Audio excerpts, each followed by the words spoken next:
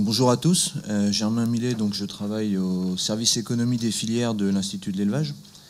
Et donc dans ce cadre-là, on a été sollicité à l'Institut de l'élevage en fin 2015 par Interbev pour une étude sur la production et la mise en marché de la viande chevaline en France. Donc déjà, petit point de rappel, je ne sais pas si tout le monde sait ce que c'est Interbev. Donc Interbev, c'est l'association interprofessionnelle du bétail et des viandes. C'est une association qui regroupe tous les acteurs de la production de viande en France, donc sur toutes les productions, que ce soit cheval, bovin, ovin, caprin, des éleveurs aux distributeurs, donc en passant par commerçants, chevillards et abattoirs. C'est vraiment un lieu de rencontre pour tous les acteurs de la filière viande et qui tentent à organiser ou à orienter les filières viande en France. Donc c'est une étude qui a été réalisée entre l'Institut de l'élevage et l'IFCE, donc par moi-même, Roger Palazon et Sophie Boyer. Donc l'objectif, c'était de mieux connaître les acteurs de la filière chevaline, puisque c'est une filière qui était assez peu connue, que ce soit par Interbev ou par l'Institut de l'élevage, pour permettre d'accompagner et de structurer cette filière-là si besoin, et de cerner les points de blocage, les attentes des professionnels.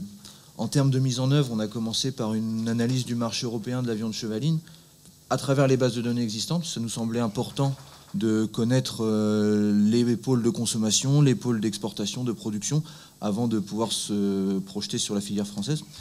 Et donc des enquêtes auprès des professionnels de la filière. Donc je vais d'abord faire une rapide présentation sur les flux de viande chevaline dans le monde et en Europe, histoire qu'on ait une idée globale de ce qui peut se passer. Donc ça, c'est les flux de viande chevaline qui concernent l'Union européenne. Donc d'abord, on a des pôles de consommation qui sont relativement localisés. C'est-à-dire qu'on a une consommation importante en UE. On a une consommation très importante en Mongolie et au Kazakhstan, donc des pays où la tradition chevaline est assez fortement ancrée. En UE, on est de l'ordre de 500 grammes de cheval par personne et par an, alors qu'en Mongolie, on va être de l'ordre de 10 kilos de cheval par personne et par an. Donc c'est vraiment, même si c'est un petit pays, des pôles de consommation très forts. On a aussi une consommation au Japon. Donc là, une consommation très faible, mais sur de la viande très très qualitative, très chère. Donc c'est une viande de luxe au Japon. Et aussi une consommation traditionnelle en Islande et en Russie, où on a peut-être plus une consommation opportuniste du fait de viandes qui peuvent être très peu chères dans certains cas. On a ensuite des pôles de production qui sont producteurs sans être consommateurs. Donc principalement USA, Canada, Amérique du Sud et Australie. Donc c'est vraiment des endroits où on va avoir pas mal de chevaux, pas mal d'abattage, mais très très peu de consommation. Et donc logiquement, ça se traduit par des exportations, beaucoup vers l'UE, un petit peu vers le Japon, un peu moins vers tout ce qui est Eurasie, puisque ça c'est plutôt assuré par des exports européens ou des exports venant de Mongolie, pour faire rapidement sur ce passage au niveau mondial. Ensuite, en Europe, on a pareil, trois pôles de consommation principaux, donc qui sont la France, l'Italie et le Benelux, avec trois pôles exportateurs, donc, la Pologne, la Roumanie pour l'Europe de l'Est, qui vont avoir tendance à concentrer les chevaux d'Europe de l'Est avant de les réexporter principalement vers l'Italie. L'Espagne, qui va exporter pas mal de chevaux, notamment des chevaux français issus de la barrière pyrénéenne, des chevaux qui vont être abattus en Espagne et renvoyés en Italie. C'est un flux qui a fortement augmenté depuis la mise en place des nouvelles normes de transport, puisqu'à une époque, l'Espagne envoyait beaucoup de chevaux vivants, mais vu les durées de transport, c'est plus facile maintenant d'envoyer des chevaux abattus. La France, qui, on le verra en détail, importe mais aussi exporte des chevaux, notamment vers l'Italie. Et le Benelux, qui produit assez peu de chevaux, mais qui a un statut de plateforme internationale, qui va recevoir en fait beaucoup de cheval exportés du monde entier et va ensuite les réexporter au sein de l'Europe. Donc ça se voit au niveau des douanes, qui est notre source de données. Donc la consommation chevaline en Europe, c'est avant tout l'Italie. Donc on a en moyenne en consommation apparente sur 2014, on était à 38 000 tonnes sur l'Italie. 38 000 tonnes. Le second pôle de consommation, c'est plutôt la France, avec 14 000 tonnes sur l'année 2014. Donc c'est des tonnes équivalent carcasse. Ça veut dire que c'est la consommation de viande ramenée à la carcasse. Donc en viande pure, on est un peu moins de 14 000 tonnes, mais si on ramène en carcasse, on est à 14 000 tonnes. Et on a aussi une consommation assez forte sur le Benelux. Donc mon petit carré n'était pas très bien placé, je vous prie de m'excuser. Une consommation assez forte sur le Benelux, mais pour laquelle on manque de données pour pouvoir la chiffrer précisément.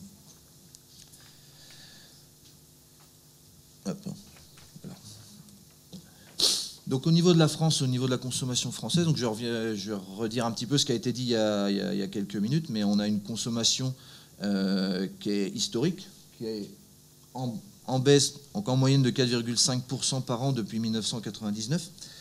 C'est en lien avec quand même une baisse de consommation générale en France, que toutes les viandes sont plus ou moins affectées. Et on a des viandes qui sont beaucoup plus affectées, d'autres qui sont beaucoup moins affectées, mais l'ensemble des viandes tend quand même à diminuer en termes de consommation en France. On a quand même un vieillissement des consommateurs chevalins qu'on peut observer par différents panels qui montrent que si la consommation diminue, c'est parce qu'il y a de moins en moins de consommateurs. Mais aussi, ce qui est intéressant à remarquer, c'est que si on prend les valeurs de 2000 ou de 2000-2001 ou de 2012-2013, c'est qu'on a des sursauts de consommation qui correspondent à des moments où, pour X raisons, on va plus parler de la consommation de viande chevaline. Donc en 2000-2001, c'était la crise de la vache folle. Donc grosse chute de consommation de la viande bovine. Et ça s'est traduit par un report du consommateur vers la viande chevaline, qui disait, bon, bah, faute de bœuf, peut-être qu'on peut manger du cheval. Donc ça a eu un rebond assez net pendant 2 ans. Et en 2012-2013, donc c'est une affaire dont on se serait bien passé, mais c'était en pleine période sur la crise des lasagnes, donc avec les fameuses traces de cheval dans les lasagnes Findus, qui a en fait parler de la consommation de cheval, mais sans incriminer la viande chevaline, puisque finalement c'était un problème de traçabilité, mais ça dénigrait pas la qualité de la viande ou quoi que ce soit. Et donc ça a donné des idées aux consommateurs qui sont simplement retournés un petit peu plus chez leur boucher chevalin. Et donc ces rebonds de la consommation, ils montrent qu'il y a certes une baisse du nombre de consommateurs, certes une baisse de la consommation, mais qu'il y a peut-être aussi et surtout une baisse de la disponibilité et de l'offre qui fait que le consommateur a moins l'occasion d'acheter de la viande chevaline. Et quand on lui en reparle et quand on recommunique par quelque moyen que ce soit sur la viande chevaline, il y a des rebonds de consommation.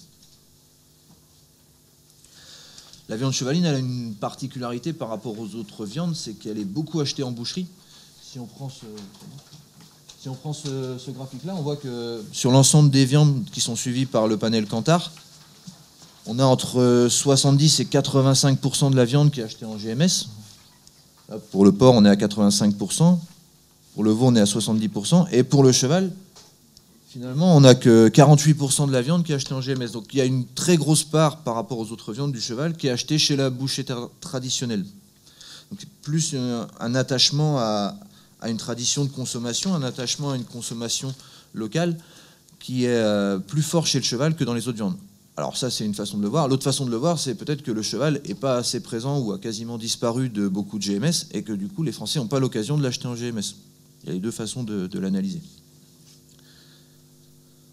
C'est quoi le GMS ? Pardon, c'est la grande et moyenne surface. On a tendance à utiliser pas mal de sigles, n'hésitez pas à me faire signe. Donc le panel Kantar, pour rappel, c'est un panel qui va mesurer les actes d'achat des consommateurs. Alors j'ai fait une petite coquille, même une grosse coquille sur le diaporama. Le panel Kantar mesure les achats des consommateurs en grande et moyenne surface et en boucherie, et non pas seulement en grande et moyenne surface comme je l'ai marqué. C'est grande moyenne surface plus boucherie, mais ça ne mesure pas la RHD, donc la restauration hors domicile. Le panel Kantar va mesurer la consommation dans les systèmes d'achat traditionnels, mais pas en restaurant, basiquement. Donc il faut prendre ces données-là avec un petit peu de recul. Et donc on voit quand même, ça confirme une baisse de consommation qu'on avait mesurée par avant, et ça montre surtout donc le fait que le cheval est beaucoup acheté en boucherie. On a aussi un prix moyen qui est calculé par le panel Kantar, donc toujours avec le même recul nécessaire, mais qui montre un prix moyen de l'achat de cheval à 14,3 € en 2014 au niveau du consommateur, donc ce qui en fait une des viandes les plus chères de France. C'est nettement plus cher que le porc, que le poulet, un petit peu plus cher que le bœuf. C'est un prix donc élevé, donc en période de crise, c'est pas forcément très positif pour la viande de cheval, mais ça s'explique par l'appétence des Français pour les meilleurs morceaux. En France, beaucoup de gens, quand on va manger du cheval, c'est le dimanche en famille, on va faire un beau rôti de cheval, ou on va vraiment rester sur un beau morceau, alors que dans les autres viandes, on va avoir tendance à manger plus l'intégralité de la carcasse. Et on a aussi dans le cheval une absence de valorisation du 5e quartier. Donc le 5e quartier, c'est tout ce qui est cuir, tripe, abat, qui sont beaucoup plus difficiles à valoriser dans le cheval et qui obligent les abattoirs à vendre le reste de la viande plus cher, faute de pouvoir se rattraper, comme dans d'autres productions, sur le 5e quartier. Donc Donc quand on a vu tout ça, donc les particularités de la viande de cheval, les flux internationaux, on a souhaité se concentrer sur l'offre nationale. On a une offre nationale qui est finalement assez limitée par rapport à la consommation. On a une PIB, donc production intérieure brute, qui correspond aux abattages plus les exportations, moins les importations de chevaux vivants, qui est de 27 000 têtes par an, dont 17 000 chevaux abattus en France. Cette production intérieure brute, elle permet de couvrir seulement très partiellement la consommation française. Pendant longtemps, on a été aux alentours de 30% de la consommation française couverte par la production intérieure brute. Ça a eu tendance à augmenter sur les années 2009 à 2012. On a atteint les 40%. Et à réaugmenter fortement en 2013-2014. Mais je tiens à modérer un petit peu ça parce qu'on a des gros doutes sur les données douanières en 2013-2014.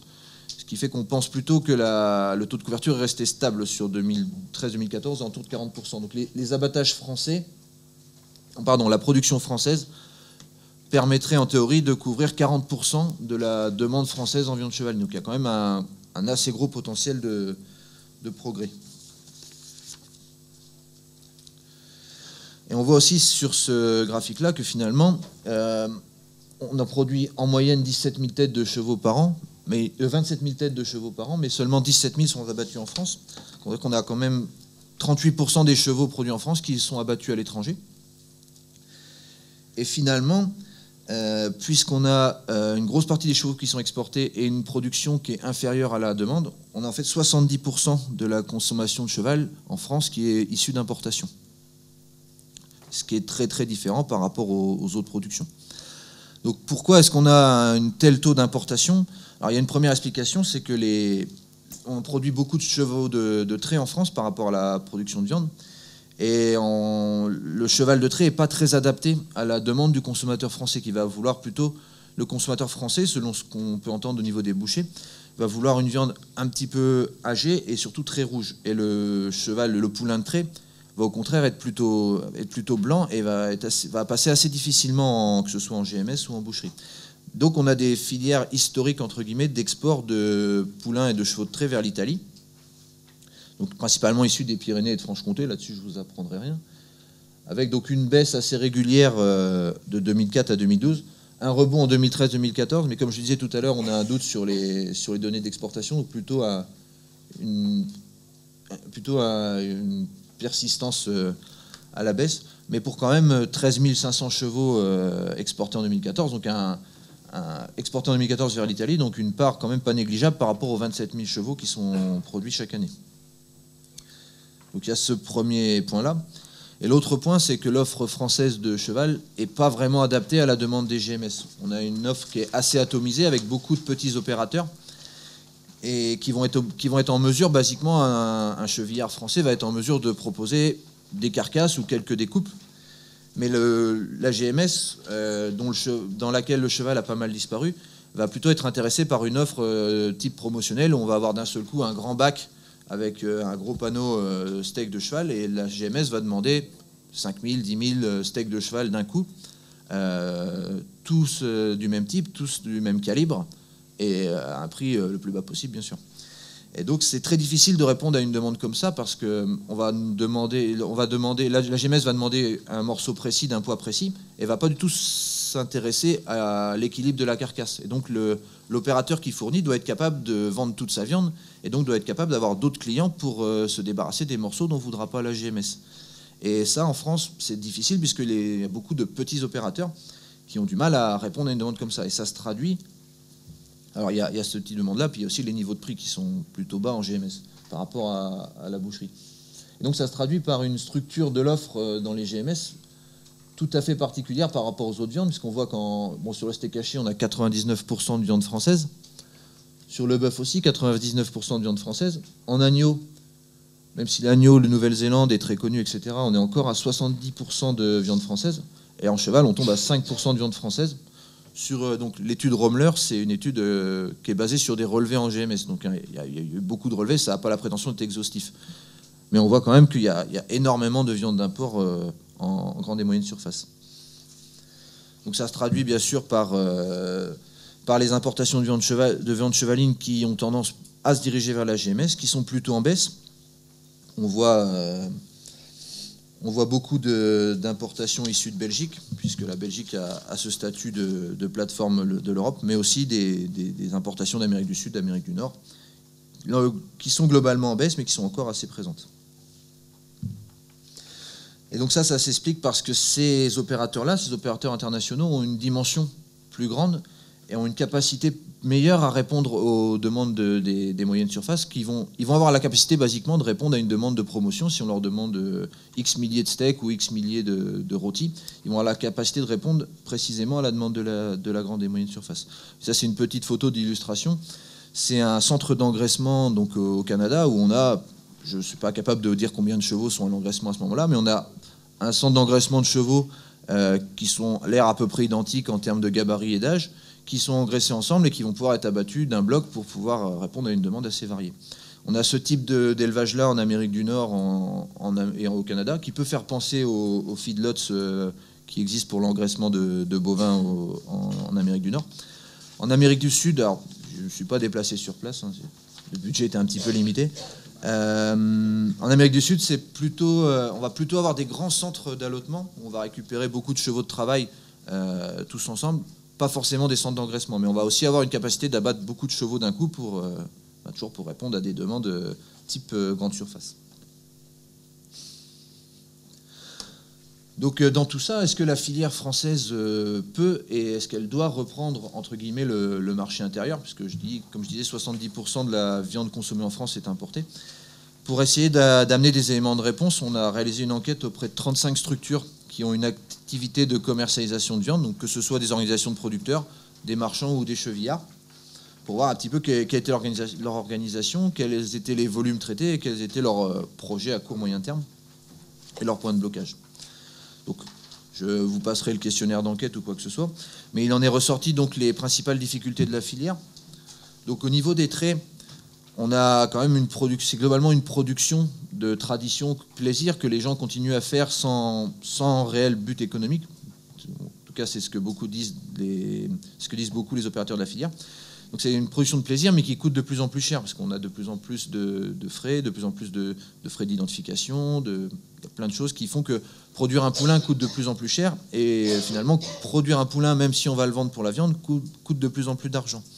Et donc ça se traduit par des éleveurs qui soit décapitalisent, donc font abattre des juments, des étalons, ou alors gardent leurs juments parce qu'ils y sont attachés, mais ne la mettent plus en reproduction. Donc il y a sur le terrain une diminution du nombre de poulains qui sont disponibles. Et une viande, donc on en parlait tout à l'heure, qui ne correspond pas aux attentes du consommateur français et qui donc est assez massivement exportée vers l'Italie. Au niveau des chevaux de selle, donc là on a par contre une demande assez forte pour la viande française, mais des difficultés d'approvisionnement en qualité et en quantité, ce qui font ressortir les commerçants. C'est principalement dû au fait que le cheval de selle pour la viande est un sous-produit de la course et du loisir, et donc il n'est pas produit dans un objectif de produire de la viande.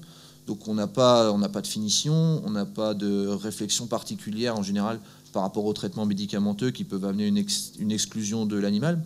On n'a pas de raisonnement quant à la saisonnalité ou à la régularité de la demande, ce qui fait que c'est assez difficile de s'approvisionner en quantité et en qualité sur les chevaux de selle.